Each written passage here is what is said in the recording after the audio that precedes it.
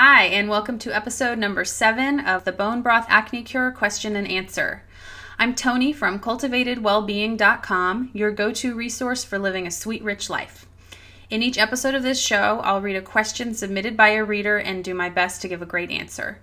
And if you have a question of your own, I would love to hear from you. You can email me at tony@cultivatedwellbeing.com, and we'll see if we can't get your question on one of these next shows. Today's question is from Max, and Max, I shortened Max's question just a little bit, but it says, do you know if you were breastfed? It's a good question.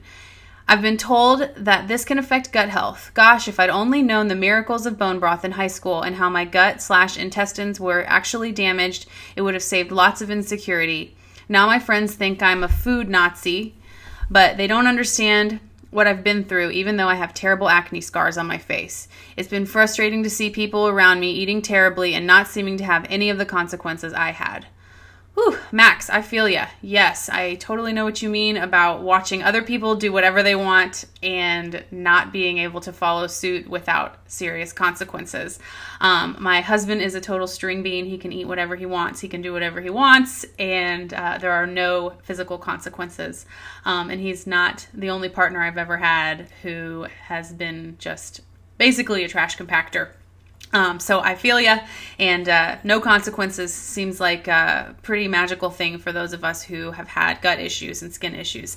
To answer your question, no, I was not breastfed, and no, I was not born vaginally. I was a C-section, non-breastfed baby.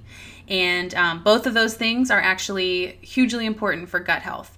So breastfeeding specifically, you're getting all kinds of important gut building ingredients through the breast milk. Colostrum is a really important one.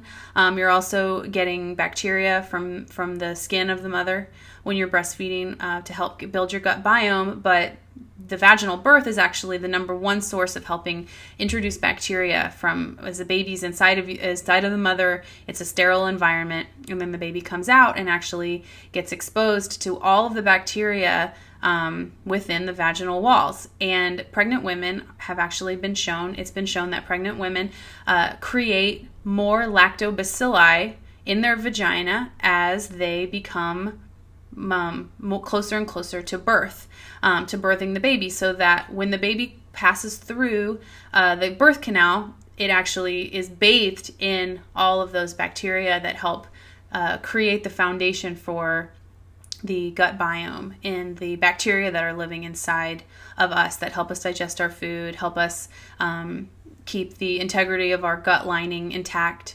all of those things. So breastfeeding and vaginal birth are truly important for having a healthy gut. That doesn't mean that those of us like me who were neither breastfed nor birthed vaginally have no chance ever of having a healthy gut. That's the point of this video series, and that's the point of my post about gut health and drinking bone broth, to heal the gut lining and sort of equip those of us who sort of started at a disadvantage to help us get back to where we need to be for our health. So thank you so much, Max, for your question. I'm happy that you found bone broth, and I appreciate you bringing up the important fact that breastfeeding and vaginal birth are both really important for helping build a great foundation for a baby's gut biome. And there's actually this is just a side note, you can look this up and see what you can find on it, but there's some research that's showing that it's effective for those who need to have a C-section, because obviously people don't always just choose to have a C-section. Sometimes it's medically necessary for the life of the mother and the baby. I'm not judging anyone who's had a C-section, obviously. But there's actually been some interesting research that just shows that a simple swab of the vagina, and then using that swab and putting it in the baby's face, like putting it in their nostrils and I think in their mouths. I would look it up and find out the details, but that's actually a great way to introduce that bacteria if a C-section is necessary. So that's something to look into too. So I hope that answers your question, Max, and thank you so much for sharing your story. I always love being able to commiserate with my readers, even though I'm not happy to hear that you went through some of the same things I did in high school. But I appreciate it, and I hope you guys found that helpful, and I hope that that's educational for you if you are pregnant or considering being pregnant or nursing or considering not nursing. I hope that this is useful. So see you guys next week, and thanks so much for tuning in. All right, bye-bye.